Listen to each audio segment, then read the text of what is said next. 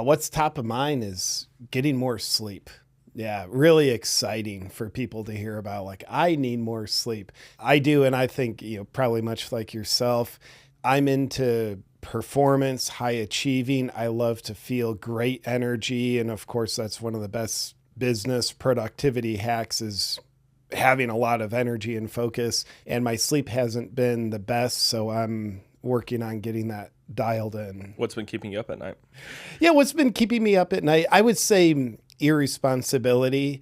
I'm a dad, so time for myself is not necessarily abundant. Yet once my little boy's in bed, then I can either go to bed shortly thereafter, or I can have a few hours of just a sense of I'm doing things for me, even if they're not productive. It can be watching mindless YouTube videos, but that somehow registers as satisfying for me, yet it comes at the expense of sleep. So right now I'm trying to put my inner saboteur in a little bit of a headlock and choke him out and break his neck. But he's winning. He's winning now. Yeah. You'll get him, bro. I believe in you. Sleep is a funny thing. I don't know if you're familiar with Viktor Frankl. Yeah. Yeah. So like he's most famous for his book about like being in various concentration camps.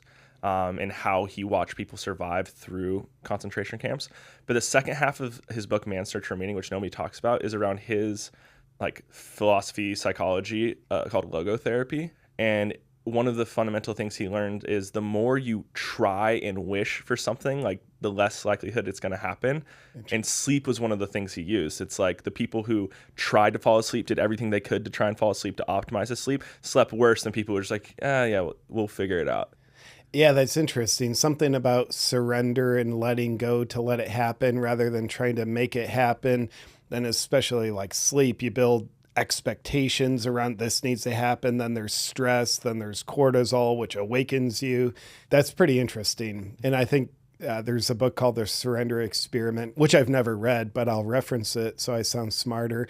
But his whole thing is surrender is a powerful path to make things happen. But it's tricky because if you say like, I'm going to do surrender so I can make it happen, then you're not actually surrendering. You're trying to use the tool of surrender in a less than genuine way. And it's really hard to outsmart the universe, unfortunately.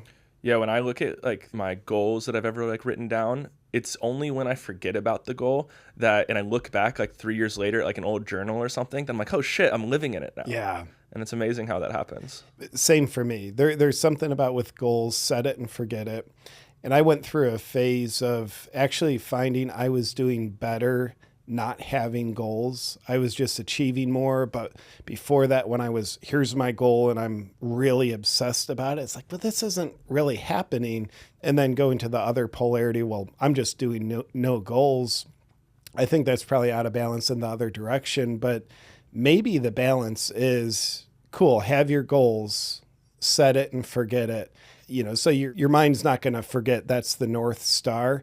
But when you're just focusing on the North Star rather than the waves in front of you, you're not necessarily going to get there. And this is a dumb analogy because nobody actually gets to the North Star.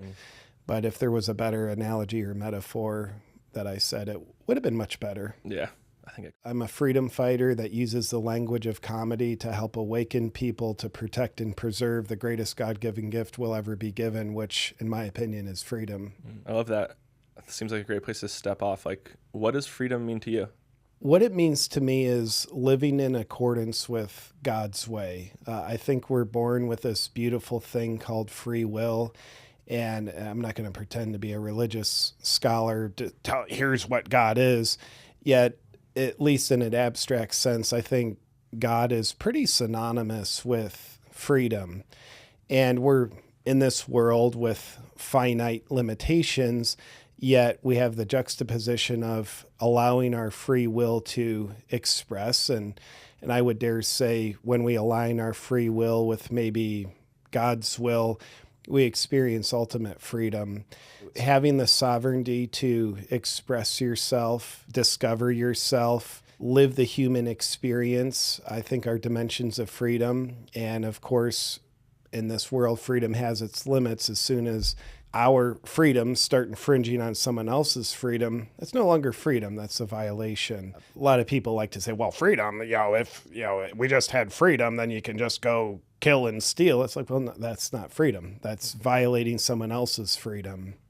Yeah, I've created this framework for morality that after like just literally just after looking at like Hitler, Thanos, Mao, and studying a little bit of physics and just being like, what do I think is morality in like 3 sentences? And so I think there's moral, amoral, and immoral. When I look at something that would be amoral, that would be like nihilism. So it would be like, I'll let the world act upon me. And I think a lot of people think that is freedom at some level. They have this like kind of, I think, perverse view where it's like, I'm just going to wake up, take like 6 shots of tequila and just let the universe act upon me. Like I'm going to disengage from this, just let the will of the world happen, let entropy act upon me.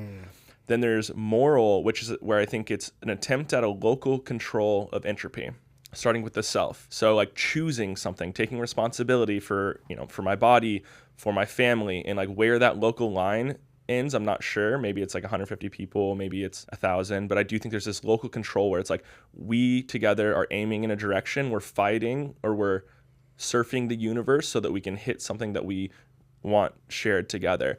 And then the thing that I find immoral, that I'm afraid of, if you will, is non-local control of entropy. So it's when past that number you have somebody else who has this vision for what they think reality is, and they try and force it upon 1,000 people, 10,000 people, 1,000,000 people, 1,000,000,000 people. Yeah, I like that. In the nihilistic version, in a sense, that is one expression of freedom. Like you have the freedom to wake up, take 6 shots of tequila, and live your life passively, not actively, not proactively, not taking self-responsibility. Like, cool, that's an expression of freedom, but that is not the whole picture of freedom. And then, I think balancing that out with a tyrant who, one polarity is nihilism. Like, I don't even want to have control of my life. And then tyranny, where it's like, I want to control everyone else's life. And I think control is the opposite of freedom. And I I also think evil is the opposite of freedom. And my working definition of evil is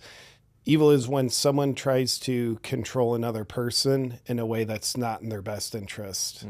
For example, if my 3-year-old's about to run in front of a car, I'm going to control him in a way that's in his best interest. But when someone tries to infringe their will upon us, it's kind of what the United States was founded on, which is the rejection of that. Like, no, that's not freedom. That's not what we're about. And I think everything beautiful in life hinges on freedom of thought, freedom of expression, freedom to discover ourselves, freedom to define ourselves.